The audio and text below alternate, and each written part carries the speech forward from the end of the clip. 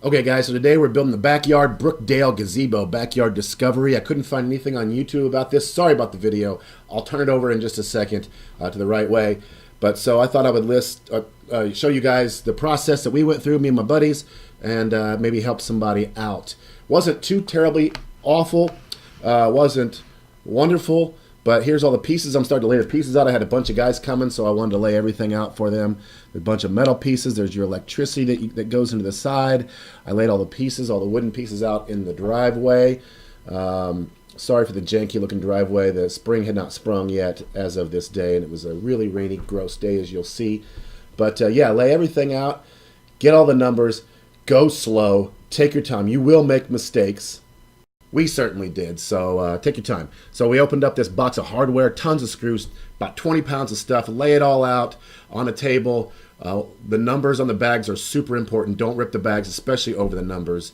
There was one more box I thought was just roof tiles, but it was another whole box of wood that I had missed. That's what this is. So yeah, lay your hardware out like that. Be careful not to rip the numbers when you open the bags. You're going to need those numbers all day long. Here's the guys out here. We're starting to lay stuff out, getting ready to do step one. So step one, and I'm not going to go through all the steps. We're going to go really fast here, trust me. But hey, Jim. So yeah, they're just putting stuff together. You got to be careful. See, we started making mistakes right off the bat because you've got to really, really, really look closely at the instructions. There's holes there they don't quite tell you about. So take your time. Look for all the hidden holes. I'll show you a huge mistake we made here at the end. So yeah, this is step one. And then it starts raining, right? That's great. So there's Matt doing a dance. Thanks, Matt. Double fisting. And I got the best friends in the world. They're out here still putting it together, and I'm in the garage with my other two friends who aren't getting wet. All right, so we're getting stuff put together here. There's pieces really coming. We've moved it out to the pool area where it's going to go. Man, you can see just pieces are just coming together. The wood's super light, and at first you're like, man, this is scary. Is this going to be very good? But when you start to get it together, you realize, okay, this is pretty solid. It feels light in little pieces, of course, but as it comes together, you start to feel a lot better about it. I can tell you about the finished product.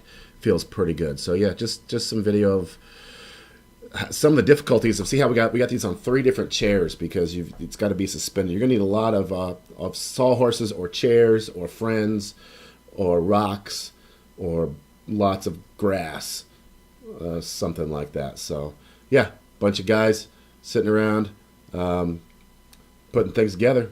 Doesn't get any cooler than this.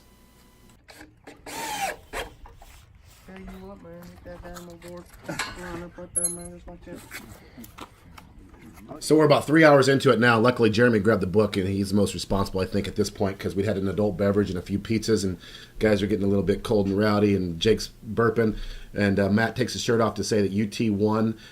Didn't win the whole thing, but we had won that day. So yeah, here it is, still coming together. There's Derek Burks over there telling everybody how to do stuff and not doing anything himself. And the pieces are coming together. It looks like an actual structure. So this is all within, I think, 3.5 hours. And a little bit of distraction, but a lot of fun. Wasn't too hard. Again, we made plenty of mistakes because some of the pieces weren't in the right spots. You gotta look out for all extra circles, holes. So yeah, as you can see, we're getting some of the roof done. I think right after this is when everyone left for the day. It was Sunday, and I had already wasted several hours of their Sunday. But yeah, get some friends. Be really careful with what you're doing. Check out every single screw hole to make sure that you are putting pieces on right. Double check the numbers.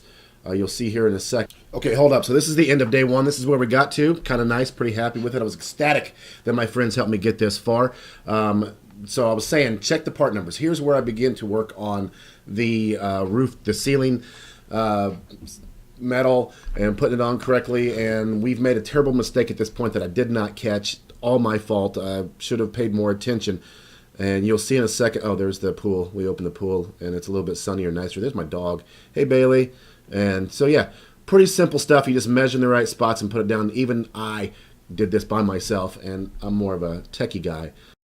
Okay, and so the drip edge, you can see there's the little things poking out there. I was worried about that, but it had to be that way. So when you do the drip edge, you will have screws sticking out. So pretty much done here. This is yesterday, Sunday.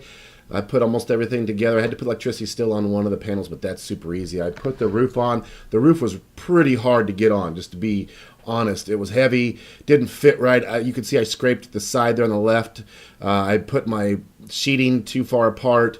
Make sure it's really flush. Really make sure it's flush, or you're going to have the same problems I did.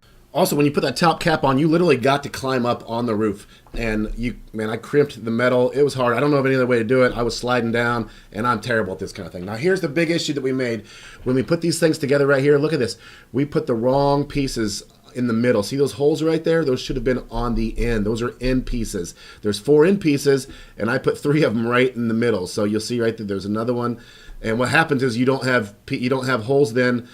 There's those holes. Yeah, wrong spot, Todd. You don't have holes for those little cross beams right there, and you also don't have holes for up top right there. You see where that I had to buy like this 12-inch drill bit to try to make holes, and I don't have them lined up in a couple spots. But overall, man, I love it. It came together. There it is, finally, with the footers on it. I'm going to put it into the concrete soon as I know for sure where I want it. I'm going to put stone footers around the pillars there, and it's going to be awesome. I'll make another video. But hey, I hope this helps somebody out. Pay attention, go slow, have fun. It's a nice product. Peace.